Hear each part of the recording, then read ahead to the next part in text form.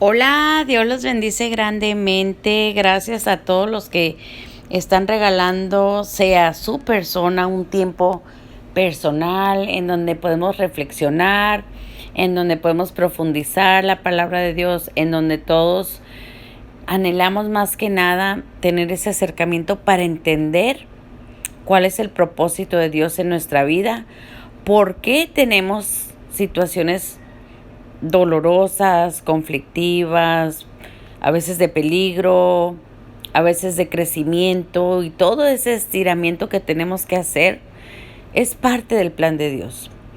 No quiero que nos confundamos. Dios no castiga, Dios no es el que creó el dolor, porque eso viene del pecado, el pecado que otros o que nosotros cometemos. A veces nosotros sufrimos por errores y pecados que nosotros cometemos, y a veces sufrimos y tenemos dolor por pecados que otras personas están tomando la decisión de hacer y de alguna forma directa o indirectamente nos afecta, ya que todos somos parte de la misma historia que Dios escribió.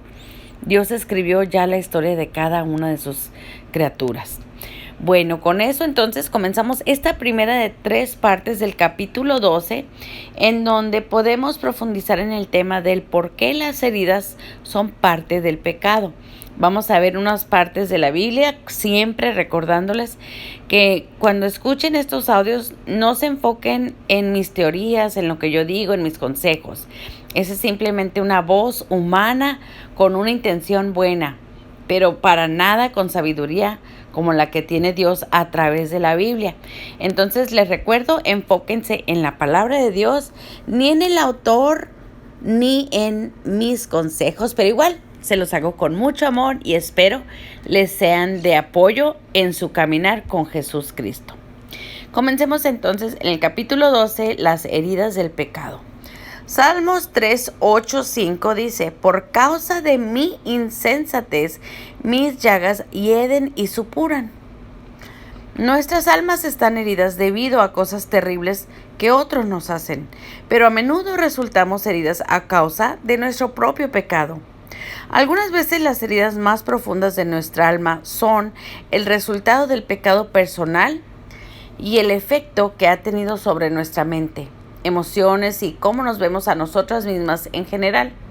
Puede que estemos plagadas de pensamientos y sentimientos de culpa y experimentemos autorrechazo o incluso autodesprecio. Nuestros pecados no solo hieren a nosotras, sino que también hieren a las personas que amamos y nos importan. Julie es una mamá con hijos adultos que están heridos y ella es quien los hirió. Era alcohólica y estaba ausente del hogar o estaba desmayada y no disponible. Había muchas veces en las que se mostraba violenta durante su estado de embriaguez. Como resultado de su alcoholismo, ella y su esposo se divorciaron. Ella finalmente fue a un centro de tratamiento, pero para entonces su hijo ya era iracundo y tenía un mal comportamiento, y su hija estaba deprimida y era insociable. ¿Qué debe hacer ahora Julie? Ella siente mucho todo el dolor que les causó y se lo ha dicho, pero todos tienen el alma herida, Julie incluida. Antes de que sus hijos se fueran de casa, Julie recibió a Jesús y asistía a una iglesia regularmente. Quería que ellos también asistieran con ella, pero estaban en el final de su adolescencia para ese entonces y no estaban interesados. Fueron a la universidad y finalmente se casaron y tuvieron sus propios hijos. Pero su relación con Julie seguía siendo distante. Era obvio que estaban llenos de resentimiento y preferían pasar el menor tiempo posible con su madre.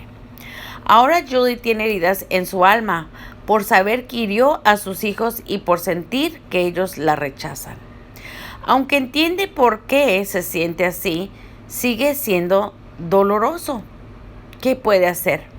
¿Qué puede sanar este tipo de heridas? Tengo algunas sugerencias que están basadas en las escrituras que les ayudarán. Lo primero que debe hacer es hablar abiertamente con Dios sobre su pasado, contándole todo y no guardándose nada. El rey David pecó gravemente al cometer adulterio con Betsabé y haciendo que su esposo Urías resultase muerto por impedir que supiera lo que David había hecho. Después tomó a su esposa para casarse con ella. David, de algún modo, se las arregló para ignorar su pecado durante casi un año, pero finalmente se sentía tan miserable que tuvo que confrontarlo.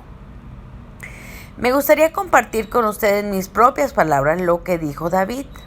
Este es un paráfrasis de Salmos 32, 3 al 5. Cuando guardaba silencio antes de confesar mi pecado, me sentía como si me estuviera consumiendo y mi alma gemía todo el día. Sabía que tú, Dios, no estabas contento y sentía continuamente que tú tratabas conmigo. Me sentía en mi alma como si estuviera viviendo en una sequía de verano. Finalmente reconocí mi pecado, no te escondí nada y lo confesé hasta que todo salió a la luz. Cuando lo hice, tú perdonaste al instante mi iniquidad y mi culpa.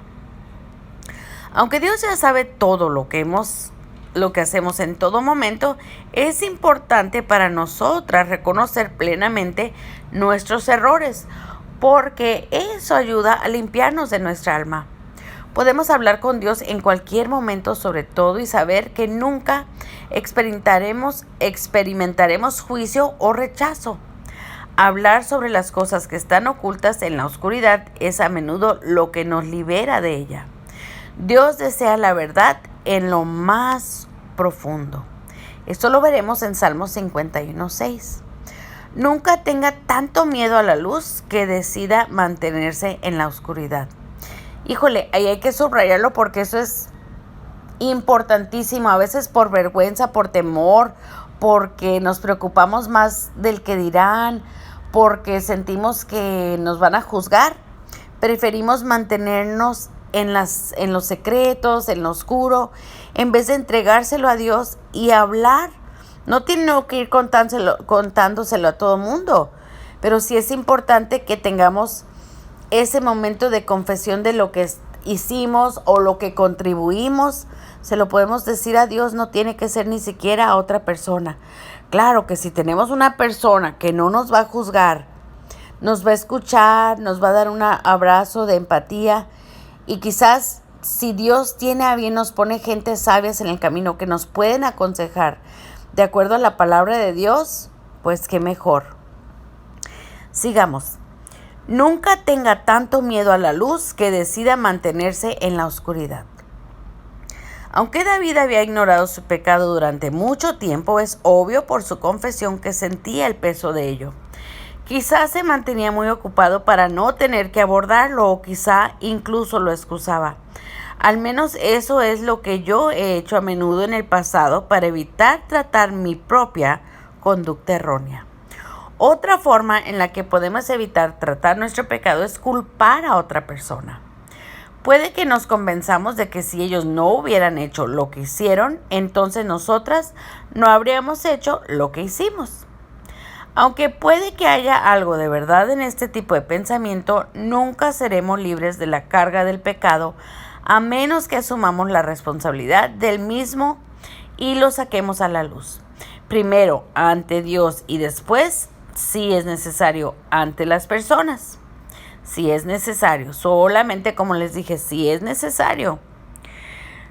Lo siguiente que debe hacer es recibir el perdón que ha pedido.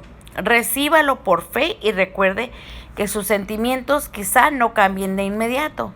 Aprenda y medite en las escrituras sobre el perdón de Dios y la maravillosa misericordia de Dios hasta que estas verdades se conviertan en una revelación en su vida. Cuando eso ocurra, sus sentimientos se alinearán con la verdad de la palabra de Dios. Recuerde que cuando David reconoció su pecado con un corazón arrepentido, Dios lo perdonó al instante. Jesús ya ha pagado por nuestros pecados y el perdón está a nuestra disposición si lo recibimos por fe. Hasta ahí terminamos la primera parte. Y yo les quiero dar el consejo que yo recibí en su momento y que me ha servido muchísimo en la vida. Si nosotros nos mantenemos latigándonos emocionalmente, ya cuando Dios nos ha librado de una situación, pero decidimos, porque es una decisión en el proceso para sanar. Si decidimos estancarnos en buscar, ay, pobrecita yo, nunca lo debí de haber hecho, o si quiero decir, no, es que nunca voy a sanar, siempre voy a seguir dañada. Entonces estamos menospreciando en mi pensar que Dios ya pagó nuestros pecados. Y yo lo puedo hablar porque yo he tenido situaciones muy difíciles en la vida en donde parte del crecimiento que tengo que hacer es decir, hasta aquí ya no voy a sentirme mal, cometí errores, cometí lo que haya sucedido, pero Dios ya me perdonó porque yo sé que fui con un corazón humilde a pedirle perdón. En ese momento que nosotros vamos con humildad verdadera ante Dios, seremos libres. Y así podremos dar razón si hay alguna persona a la que debemos de hacer el bien. Por ejemplo, si tú ofendes a alguien, cuando tú ya realmente te sientes perdonada por Dios y tienes humildad en tu corazón, puedes ir a pedir perdón y o cuando la persona venga a pedirte cuentas, vas a poder asumir la responsabilidad de tu parte, incluyendo tu diálogo interno. Eso nos permite que ya no tengamos un diálogo interno de seguirnos culpando y de seguir oprimidas y de seguir sintiéndonos como un gusano. Todos esos son distractores que nos desvían del plan de Dios. Y si Dios tiene a bien poner en tu corazón ya ese perdón, recíbelo como dice aquí, por fe. No dudes que Dios ya borró todos tus errores. En cuanto tú decidas pedir con corazón humilde perdón y realmente tengas arrepentimiento y te esfuerces por no seguir causándote los mismos problemas o involucrándote con personas que te causen esos tipos de problemas, entonces sentirás la libertad verdadera que solo a través de Cristo Jesús podemos tener. Bueno, ese es mi consejo. Vamos entonces a la Biblia directamente a ver qué nos dice. Salmos 38:5 y hoy utilizaremos la nueva versión internacional. Dice: por causa de mi insensatez, mis llagas hieden y supuran. O sea, a veces no deja uno que Dios lo sane a uno. Entonces se empieza a podrir esa herida. Si nos mantenemos ahí queriéndonos enfocar en esa herida y no estamos es importante reconocer la herida. Es importante reconocer en qué parte de tu proceso de sanación estás. No, hay cosas que no las puede uno liberar de un día a otro. Tarda años a veces. Pero tienes que estar siempre en un constante movimiento, como agua fresca que esté pasando por esa herida. Si tú tienes un algodón con agua limpia y lo pones sobre una herida y nunca mueves ese algodón, se te va a podrir y la llaga va a heder y a supurar. A cambio, si cambias tu algodón diariamente, si le pones agua limpia, estarás en un proceso y puede ser largo, puede ser corto, pero no se te va a podrir la herida. Salmos 32, 3-5 dice: mientras guardé silencio, mis huesos se fueron consumiendo por mi gemir de todo el día. Mi fuerza se fue debilitando como el calor del verano, porque día y noche tu mano pesaba sobre mí. Selah. Pero te confesé mi pecado y no te oculté mi maldad. Me dije: voy a confesar mis transgresiones al Señor, y tú perdonaste la culpa de mi pecado. Palabra de Dios, amén. Entonces, si no queremos seguir en escasez, en sequía, en opresión, que hasta el cuerpo se te va enfermando, confiesa tus pecados y tus situaciones. No solo lo que tú hayas causado, confiésale a Dios lo que tú sientes que te hayan causado, porque también ahí es la otra parte de la liberación. Liberar, perdonar y amar y orar por la persona que te hirió. Eso no significa continuar en proximidad, si es algo que te hace daño o es peligroso, obviamente te vas a quitar. Pero tú vas a liberarte y vas a sanar tu herida librando a esa persona de su pecado. Eso es para Dios. Nosotros no somos juez ni tenemos por qué estar juzgando a nadie. Salmos 51:6 dice: yo sé que tú amas la verdad en lo íntimo. En lo secreto me has enseñado sabiduría. ¿Qué nos dice entonces Dios aquí? Que debemos de tener una relación íntima con Él, que debemos de tomar un momento de privacidad en el día, en la mañana, antes de levantarnos, donde tengas un espacio y hablar con Él y pedirle sabiduría.